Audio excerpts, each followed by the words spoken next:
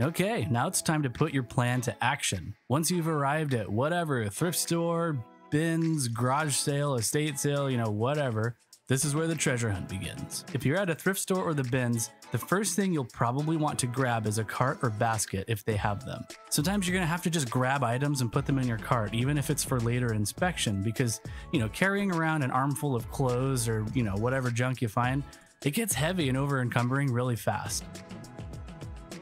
A pro tip that we learned is to get a few large bags of some kind, especially if you're going to the bins, because you're going to have a lot of stuff. We recommend those huge blue tarp IKEA bags if you can find them, if there's an IKEA near you, but any large bag will do. Most major thrift chains will have a colored tag of the day or the week, and usually those items will be priced half off. We will almost always head to the outerwear or dresses section first because we enjoy selling large, significant pieces of clothing, and we feel that they typically fetch a higher average sales price. And since it's a higher average sales price, this means that we have to sell less of them per month to hit our sales goals. Just something to keep in mind. Start looking through stuff. This is the fun part. You can choose whatever section you want, but we'd say it's a good idea to have at least some kind of a game plan for your thrift visits. Otherwise, it's very easy to get lost in the monotony of digging through clothes, and it's pretty easy to waste a lot of time looking and not really finding anything good to resell. If one section isn't performing well for you that day, try something else. Don't be afraid to look at the other less obvious sections too, like, knick-knacks and furniture or electronics, or like suit coats, for example. We often find a lot of good suit coats that aren't usually picked through. You can literally find treasures anywhere.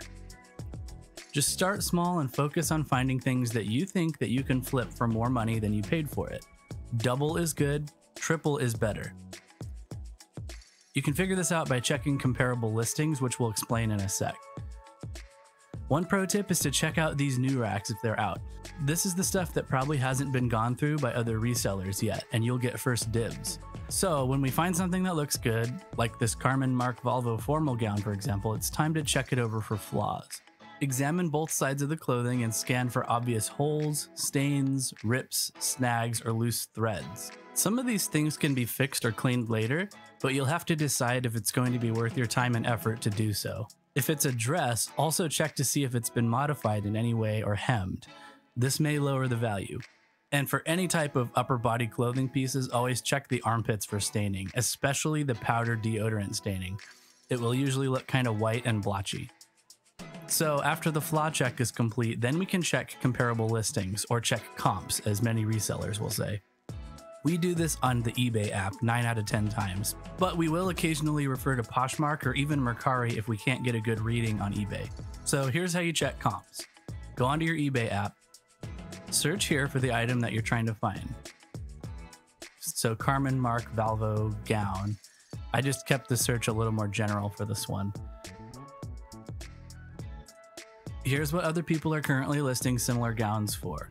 Now, this $277 one looks nice, but we got to do one more step here. Many resellers make the mistake of basing their purchase decision by just looking at the listings page. But the problem with that is people can list stuff on eBay for whatever they want with no research behind it. So it's not going to be a very accurate picture of the true value of this item. It's only a perceived value. What we've got to do is go right over here, twirl down the filters section, scroll down to show more, then go here and toggle by sold items. So it's looking like $85 in pre-owned condition is a more accurate idea of how that gown is going to sell, not $277. Another thing we need to talk about is the sell-through for any item. Here's how it works. If you search for something, let's say something easy like if you found a Reformation dress, you'd type in what it is, and then all you have to do is count how many of the same dress is listed versus how many are on the sold page. So right now there's 1, 2, 3, 4, 5, so 6 or 7 listed. Okay, so let's go over here now and filter by the solds. And we're seeing 1, 2, 3, 4, 5. So there's 9 solds on this dress. That's really good. So that means that the sell-through rate is positive for this item. So there's more solds than listed. This means that you have a higher chance of selling it, number 1. And number 2, we can see that it's a really popular item. So both of these things are really good for you.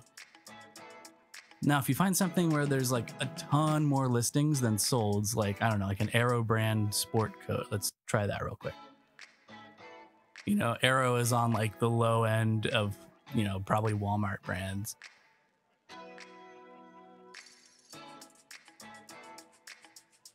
And there's lots of listings of Arrow coats. And then if we go to solds,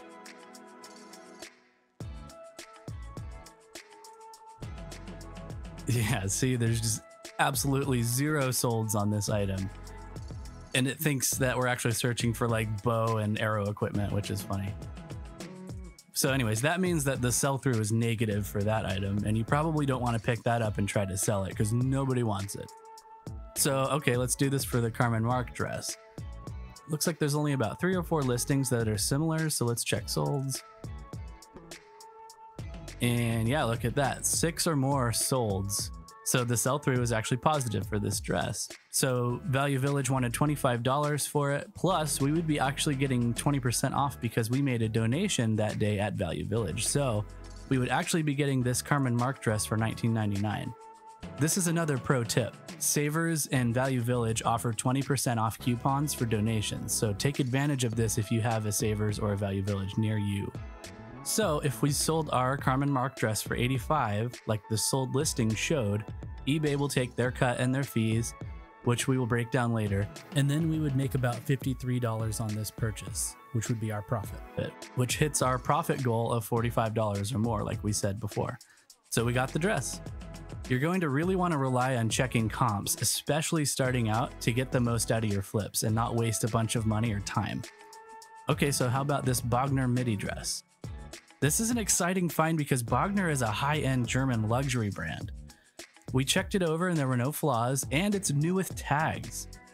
It's also a yellow tag, which is the half-off tag of the week, so that's cool too. When we checked comps, they weren't looking amazing, but since the price was half off, we figured we would still make money off of this purchase even if we decided just to consign it instead of sell it ourselves. So we picked it up as well. If it's a pair of pants like these Prana cargo pants, check to see if there's a size tag and what the cut or style of the pants are. This will help you search for it in comps. Examine the crotch for stretch marks and make sure there aren't any unintentional holes or flaws in the item. These ones had some staining and a decent sized flaw right here, so we passed on them. Always check zippers and buttons too. This is a big one. We've accidentally brought home items before that were missing buttons or zippers, or like the zipper was broken and it was unsellable and we had to redonate those items. And by the way, if you have no idea what brands or styles to look for, don't worry about it. We've compiled a nice list of items, brands, and styles to look for on the provided PDF that came with this training course. Also, if you want a handy reference guide to have with you in person while you're out thrifting, we actually put together this reseller reference card, which we have available for purchase, and it's only like a couple bucks over on Etsy. We use it while we're outsourcing and often hand it to our friends and family who tag along with us, so they have an idea of what to look for too and don't have to like ask us about it every time they find something. We just use it on our phones usually. So obviously outerwear isn't going to be popular all year round. So usually the other section we frequent the most is the shoes. We also feel that shoes typically sell at a higher average sales price than most garments, depending on what they are. Here's a pair of Hoka One Ones I found, which are also very popular currently, and we've sold a few of these before. These ones were in pretty bad condition though, especially on the bottom, and they wanted almost 20 bucks for them, so we passed. One pro tip is to look for cowboy boots, like these Ariat boots. These can be surprisingly valuable, especially the real leather ones. Actually, anything that's real genuine leather is going to be more valuable than synthetic materials. In fact, here you go, here's a list of valuable materials to be on the lookout for. And while we're at it, here's some pictures of valuable patterns and textures that you can look out for. Really knowing this stuff comes from time and experience doing this job. You'll develop an eye for spotting good things, and you'll get a feel for quality too the more you do this. Tori and I will do research by going to nice stores like Nordstrom and walk around and just feel stuff with our hands. This way, when we're like digging through bins and shopping at thrift stores and stuff, and we feel things that are similar to what we felt at those high-end stores, we know we can pick it out and see if it's actually something good. And you'd be surprised at how well this works. Like, you can literally feel the quality difference in things, usually. Also, if you find something that looks great but there isn't a brand tag on it, you can try looking for an RN number on the materials tag if it has one. You may be able to find the brand that way. These Ariat boots are 100% leather and were really clean and well made. The problem was that the store wanted $30 for them, which probably would be a good price if you wanted them just for yourself, because Ariat boots typically retail for more than $100, but for reselling it wasn't going to make our $45 profit, so we passed. Another thing you could look for is if your thrift store has a, behind the counter glass section where they keep the really valuable stuff, or at least the things that they think are valuable. You can find some good stuff here, but be ready to pay up for it. This doesn't necessarily mean you won't be able to flip these items. For example, if they've got something priced up to $50, but you know that you could flip that same item online for $200, well then you're good. It's just a little more risky. Also, you probably aren't going to be able to sit there and check comps while the store clerk is helping you look at these items either. That's going to be awkward. Sometimes thrift store workers are kind of weird about if they know you're a reseller. I don't know, it just can be kind of awkward and weird. So having prior knowledge and training is going to really help you if you're brave enough to try the glass counter stuff. It doesn't have to be clothing either. If you want to resell movies, games, or books, it's really easy to scan the barcode with your eBay app, actually.